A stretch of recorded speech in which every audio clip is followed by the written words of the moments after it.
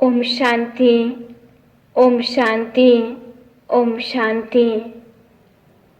आज बाबाको 28/11/2020 को साकार मुरली छ। मुरलीको सारमा छ, मीठे बच्चे तुम दिल से बाबा बाबा कहो। तुम दिल से बाबा बाबा कहो तो खुशी में रोमांच खड़े हो जाएंगे, तो खुशी में रोमांच खड़े हो जाएंगे। खुशी में रहो तो माया जीत बन जाएंगे। खुशी में रहो तो माया जीत बन जाएंगे।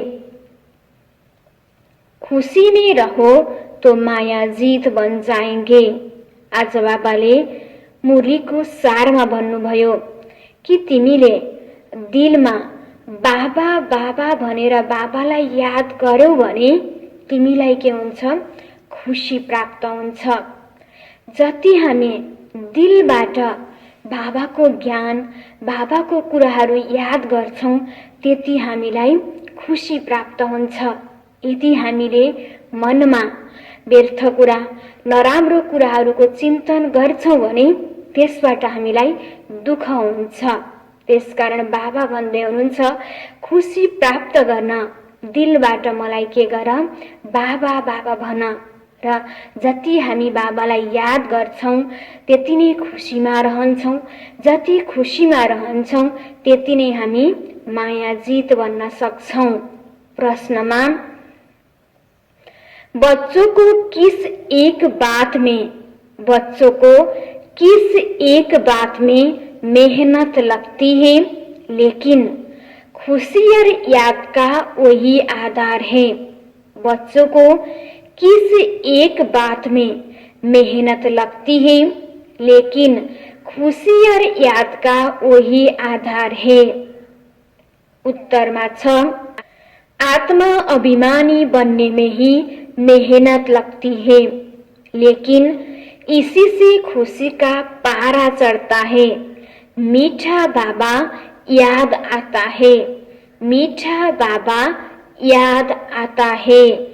माया तुम्हें देह अभिमान में लाती रहेगी। माया तुम्हें देह अभिमान में लाती रहेगी। रुस्तम से रुस्तम होकर लड़ेगी, इसमें मुझना नहीं। बाबा कहते हैं, बच्चे माया के तूफानों से डरो मत। बच्चे माया के तूफानों से डरो मत। सिर्फ कर्मेंद्रियों से कोई विकर्म नहीं करो। सिर्फ कर्मेंद्रियों से कोई विकर्म नहीं करो। आज बाबाले प्रश्नमा सोध्नु भएको थियो कि बच्चाहरूलाई कुन कुरामा मेहनत लाग्दछ र खुशी र यादको आधार पनि त्यही कुरा हो।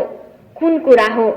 उत्तरमा बाबाले भन्नुभयो, आफूलाई आत्मा सम्झिन बच्चाहरूलाई मेहनत लाग्दछ। हामीले आफूलाई आत्मा सम्झन्छौं, म आत्मा हुँ भनेर स्मरण गर्छौं। हामीलाई स्वतः आत्माको पिता परमात्माको स्वतः याद हुन्छ। यसमा बाबालाई याद गर्न कुनै मेहनत लाग्दैन। जब हामीले आफूलाई आत्मा सम्झिन्छौं हामीलाई खुशीको पनि प्राप्ति हुन्छ। त्यसकारण बाबाले भन्नुभयो, तिमीले आफूलाई आत्मा त सम्झन्छौ, तर बेला बेलामा मायाले के गर्छ त? आएर धोका दिन्छ। हे मेरा बच्चाहरू, डरो मत। डरना नहीं, मायासँग लड्नु छ, किनकि हामीलाई मद्दत गर्नेवाला बाबा हुनुहुन्छ। ओम शान्ति। रूहानी बाप रूहानी बच्चों को समझा रहे हैं, वह शिक्षा दे रहे हैं, पढ़ा रहे हैं। बच्चे जानते हैं पढ़ाने वाला बाप सदैव देही अभिमानी है। वह है ही निराकार, देह लेता ही नहीं है, पुनर्जन्म में नहीं आते हैं। स्वयं परमपिता परमात्मा निराकार हुनुहुन्छ। उहाँको आफ्नो शरीर छैन। उहाँ जन्म मरणको चक्रमा आउनु हुँदैन। उहाँ सिर्फ हामी सबै बच्चाहरूलाई ज्ञान दिनको लागि ब्रह्मा बाबाको शरीरलाई आधार लिनुहुन्छ। बाँकी उहाँ जन्म मरणको चक्रमा आउनु हुँदैन। पुनः जन्म में नहीं आते हैं। बाप समझाते हैं तुम बच्चों को मेरे समान अपने को आत्मा समझना है। मैं हूँ परम पिता, परम पिता को देह होती नहीं। उनको देही अभिमानी भी नहीं कहेंगे, वह तो है ही निराकार। परमात्मा निराकार हुनुहुन्छ। बाप कहते हैं मुझे अपनी देह नहीं है, तुमको तो देह मिलती आई है। अब मेरे समान देह से न्यारा हो अपने को आत्मा सम्झो। आफूलाई के सम्झिनु छ त? आत्मा सम्झिनु छ। अगर विश्व का मालिक बनना है तो और कोई डिफिकल्ट बात है ही नहीं। बाप कहते हैं देह अभिमान को छोड़ मेरे समान बनो। सदैव बुद्धि में याद रहे हम आत्मा है, हमको बाबा पढ़ा रहे हैं। बाप तो निराकार है, परंतु हमको पढ़ाए कैसे? इसलिए बाबा स्तन से आकर पढ़ाते हैं। सदैव हामीले यो चिन्तन गर्नु छ, म एउटा आत्मा हुँ, यो शरीर लिएर यो दुनियाँमा म खेल खेल्नको लागि आएको र मलाई फेरि वापस आफ्नो घर जानु छ। मलाई बाबा समान बन्नु छ र जब म यो दुनियाँमा आया खेल खेल्नको लागि आए, मैले आफ्नो परिचय, आफ्नो घरको परिचय बिर्सिएँ र मलाई आत्मा आफ्नो घरको परिचय दिन परमात्मा यस धरतीमा आउनु भएको छ। परमात्मा निराकार हुनुहुन्छ, तर हामीहरूलाई ज्ञान दिनको लागि, पढाउनको लागि ब्रह्मा बाबाको शरीर आधार लिएर हामीलाई पढाउँदै हुनुहुन्छ। श्री परमात्माको आफ्नो शरीर छैन। गौमुख दिखाते हैं ना, अब गौ के मुख से तो गंगा नहीं निकल सकती। माता को भी गौ माता कहा जाता है। तुम सब गौ हो, यह तो गौ नहीं है, मुख द्वारा ज्ञान मिलता है। बाप की गौ तो नहीं है ना, बेल पर सवारी दिखाते हैं, वह तो शिव शंकर एक कह देते हैं। तुम बच्चे अभी समझते हो शिव शंकर एक नहीं है। वास्तवमा शिव र शंकर भनेको अलग अलग कुरा हो। शिव भनेको निराकार हुनुहुन्छ, ज्योतिबिन्दु स्वरूप हुनुहुन्छ, सारा सृष्टिको रचना गर्नेवाला हुनुहुन्छ। शंकर भनेको देहधारी हो। स्वयं शिव परमात्माले नै शंकरको रचना गर्नुभएको हो र शंकरले सधैँ फेरि के गर्नुहुन्छ?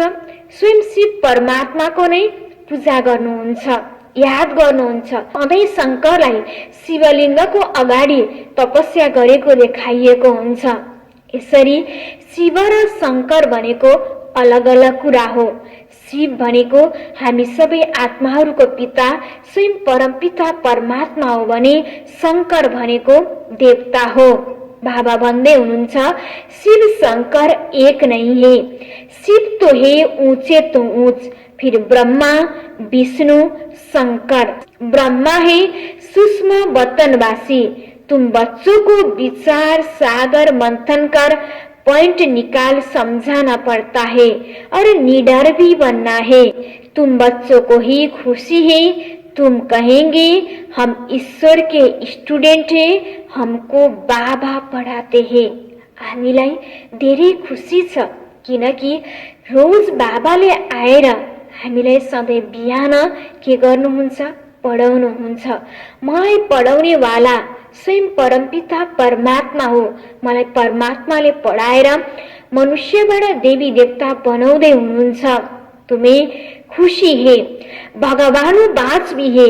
हे बच्चे, मैं तुमको राजाओं का राजा बनाने के लिए पढ़ाता हूँ।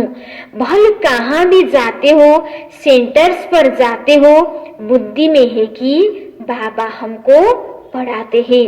हाम्रो मनमा सधैँ यो हुनु पर्यो कि मलाई पढाउने वाला स्वयंको हुनुहुन्छ, परमपिता परमात्मा हुनुहुन्छ। जो अभी हम सेंटर्स पर सुनते हैं, बाबा मुरली चलाते हैं, बाबा बाबा करते रहो, यह भी तुम्हारी यात्रा हुई। योग अक्षर सोखता नहीं। मनुष्य अमरनाथ बद्रीनाथ यात्रा करने पैदल जाते हैं। अभी तुम बच्चों को तो जाना है अपना घर। तुम जानते हो अब यह बेहद का नाटक पूरा होता है।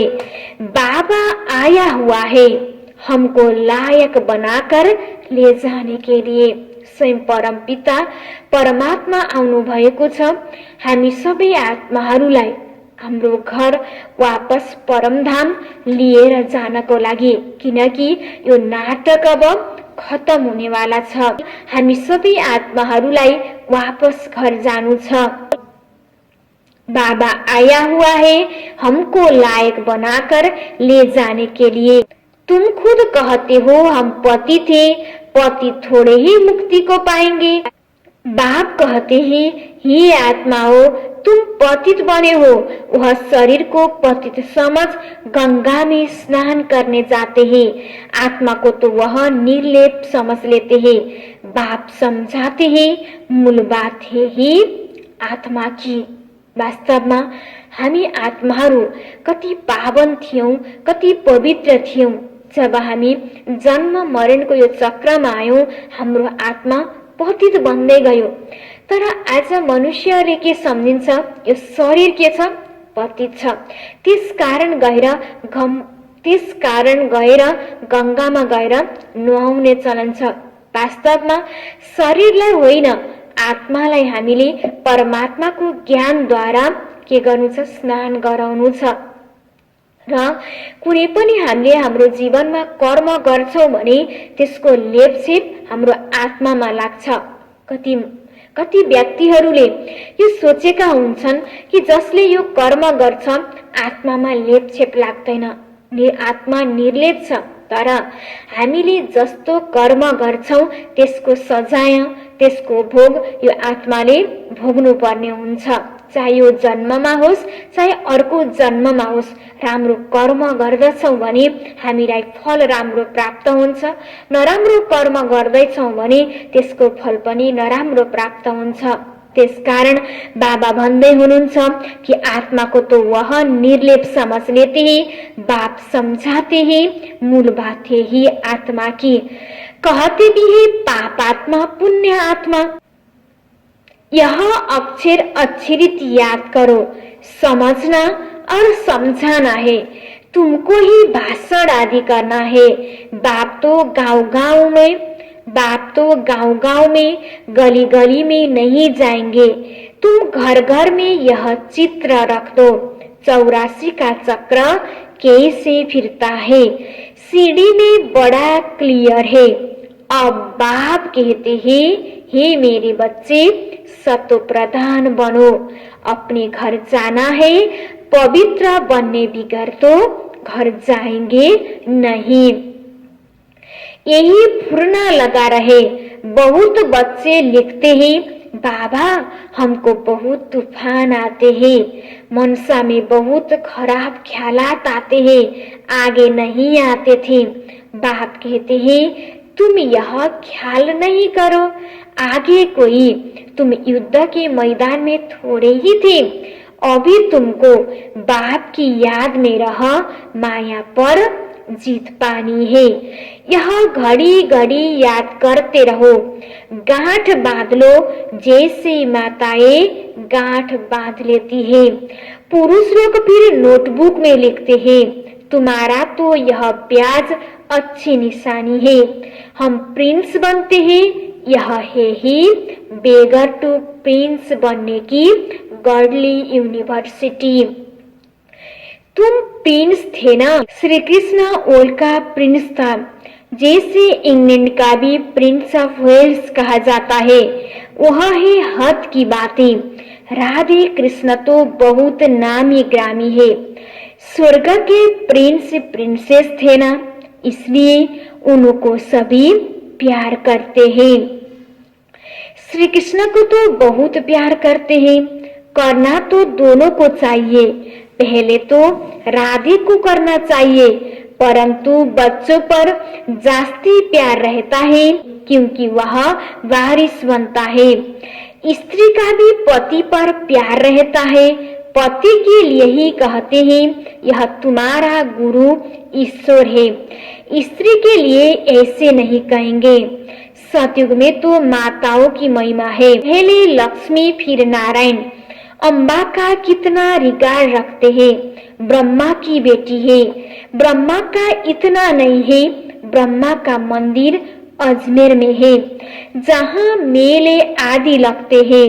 अम्मा के मंदिर में भी मेला लगता है। वास्तव में यह सब मेले महिला बनाने के लिए है। तुम्हारा यह मेला है स्वस्थ बनने के लिए।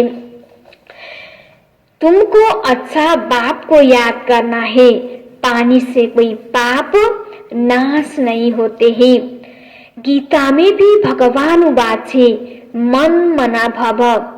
आदि और अंत में यह अक्षर है। तुम बच्चे जानते हो, हमने ही पहले पहले भक्ति शुरू की है। सतो प्रधान भक्ति फिर सतो रजो तमो भक्ति होती है। अभी तो देखो मिट्टी पत्थर आदि सब की करते हैं। यह सब है अंधश्रद्धा। इस समय तुम संगम पर बैठे हो। यह उल्टा झाड़ है ना, ऊपर में है बीज। बाप कहते हैं इस मनुष्य सृष्टि का बीज रास्ता में हूँ। अभी नई दुनिया का स्थापना कर रहे हैं। सैपलिंग लगाते हैं ना, झाड़ के पुराने पत्ते झड़ जाते हैं, नए नए पत्ते निकलते हैं। अभी बाप देवी देवता धर्म की स्थापना कर रहे हैं। बहुत पत्ते हैं जो मिक्स हो गए हैं, अपने को हिंदू कहलाते हैं। वास्तव में हिंदू है ही आदि सनातन देवी देवता धर्म वाले। हिंदुस्तान का वास्तव में नाम ही है भारत, जहाँ देवताएं रहते थे और किसी देश का नाम नहीं बदलता। इनका नाम बदल दिया है। हिंदुस्तान कह देते हैं। बौद्धी लोग ऐसे नहीं कहेंगे कि हमारा धर्म जापानी व चीनी है। वह तो अपने धर्म को बौद्धी ही कहेंगे। तुम्हारे में कोई भी अपने को आदि सनातन देवी देवता धर्म का नहीं कहते हैं। अगर कोई कहे भी बोलो यह धर्म कब और किसने स्थापना किया, कुछ भी बता नहीं सकेंगे। कल्प की आयु ही लंबी चौड़ी कर दी है। इसको कहा जाता है अज्ञान अंधेरा। एक तो अपने धर्म का पता नहीं, दूसरा लक्ष्मी नारायण के राज्य को बड़ा दूर ले गए हैं, इसलिए घोर अंधियारा कहा जाता है। बाबा भन्दै हुनुहुन्छ अहिलेको समयमा मान्छेहरूलाई भले बाहिरको पढाइ छ, तर बाबाले भन्नुभयो आज मनुष्यलाई भले बाहिरी जगतको बारेमा सम्पूर्ण कुराको जानकारी छ, तर अन्तर जगत यस सृष्टिको बारेमा ज्ञानै छैन। त्यसकारण यो समयलाई बाबाले भन्नुभयो घोर अँध्यारो। किन भन्दा एक त सबसे पहिला आफ्नो धर्मको बारेमा थाहा नै छैन। वास्तवमा म आदि सनातन देवी देवता धर्मको हुँ भन्ने कुरा मानिसलाई ज्ञान नै छैन।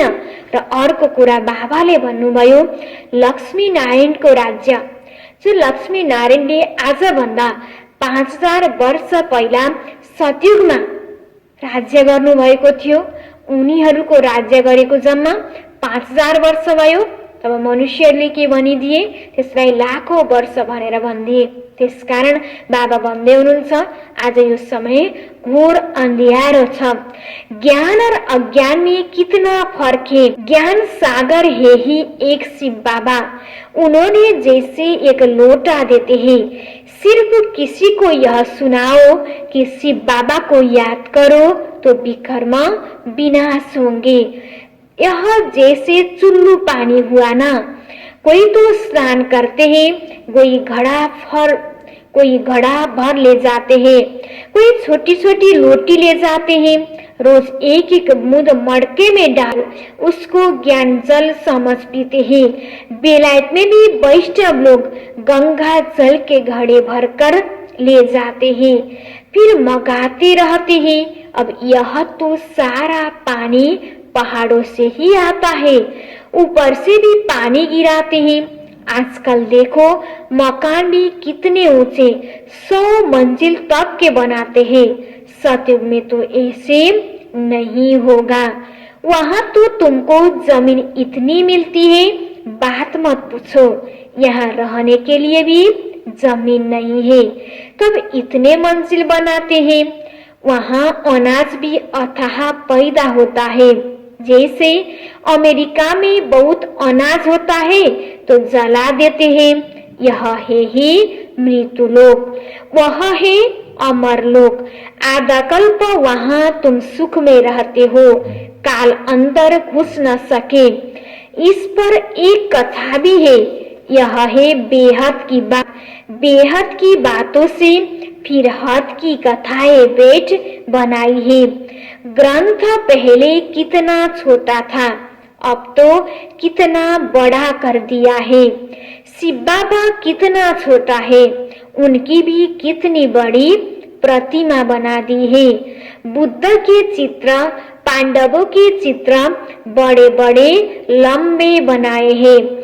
ऐसे तो कोई होते नहीं। तुम बच्चों को तो यह एम ऑब्जेक्ट का चित्र घर घर में रखना चाहिए। हम पढ़कर यह बन रहे हैं, फिर रोना थोड़े ही चाहिए। जो रोते हैं वह खोते हैं। हरदम हामीलाई यो याद रहनु छ कि म के बन्ने वाला छु। आफ्नो उद्देश्यलाई याद गर। जब हामीले आफ्नो उद्देश्यलाई याद गर्छौं भने बाबाले भन्नुभयो हामीलाई रुन पनि आउँदैन। जब म देवी देवता बन्ने वाला छु, म देवी देवता हुँ, म त्यति महान आत्मा हुँ। किनकि देवी देवताहरू त कहिले रुँदै रुँदैनन्, सधैँ के देखाइएको हुन्छ, मुस्कुराएको देखाएको हुन्छ। त्यसकारण बाबाले भन्दै हुनुहुन्छ आफ्नो उद्देश्यलाई याद गर, रुनु छैन। जो रोते हैं वह खोते हैं, देह अभिमान आ जाते हैं। तुम बच्चों को तो आत्मा अभिमानी बनना है, इसमें ही मेहनत लगती है। आत्मा अभिमानी बनने से ही खुशी का पारा चढ़ता है। मीठा बाबा याद आता है। जति हामीले आफूलाई आत्मा सम्झिन्छौं त्यति नै बाबाको याद हुन्छ, त्यति नै हामी खुसीमा रहन्छौं। तुम बाबा से हम स्वर्ग का वर्षा ले रहे हैं। बाबा हमको इस भाग्यशाली रथ में आकर पढ़ाते हैं। रात दिन बाबा बाबा याद करते रहो। तुम आधा कल्प की आशी को भक्त भगवान को याद करते हैं। भक्त है अनेक, ज्ञान में सब एक बाप को ही याद करते हैं। वही सबका बाप है। ज्ञान सागर बाप हमको रोजाकर पढ़ाते हैं। तुम बच्चों के तो रोमांच खड़े हो जाने चाहिए। तूफान तो माया के आएगी ही। बाबा कहते हैं सबसे जास्ती तूफान तो मुझे आती है, क्योंकि सबसे आगे मैं हूँ। हमारे पास आते हैं तब तो मैं समझाता हूँ, हमारे पास आते हैं तब तो मैं समझता हूँ। बच्चों के पास कितने आते होंगे, मुझते होंगे। अनेक प्रकार के तूफान आते हैं जो अज्ञान काल में भी कभी नहीं आते होंगे। वह भी आते हैं, पहले मुझे आने चाहिए, नहीं तो मैं बच्चों को समझाऊंगा कैसे। यह है फ्रंट में। रुस्तम है तो माया भी रुस्तम से रुस्तम होकर लड़ती है। मल्ल युद्ध में सब एक जैसे नहीं होते हैं। फर्स्ट, सेकेंड, थर्ड ग्रेड होती है। बाबा के पास सबसे जास्ती तूफान आते हैं, इसलिए बाबा कहते हैं इन तूफानों से डरो मत। सिर्फ कर्मेंद्रियों से कोई विकर्म नहीं करो। कहीं कहते हैं ज्ञान में आए हैं तो यह क्यों होता है, इसमें तो ज्ञान नहीं लेते तो अच्छा था, संकल्प ही नहीं आते। अरे यह तो युद्ध है ना, स्त्री के सामने होते भी पवित्र दृष्टि रहे। समझना है शिव बाबा के बच्चे हम भाई भाई है। फिर प्रजापिता ब्रह्मा की संतान होने से भाई बहन हो गए।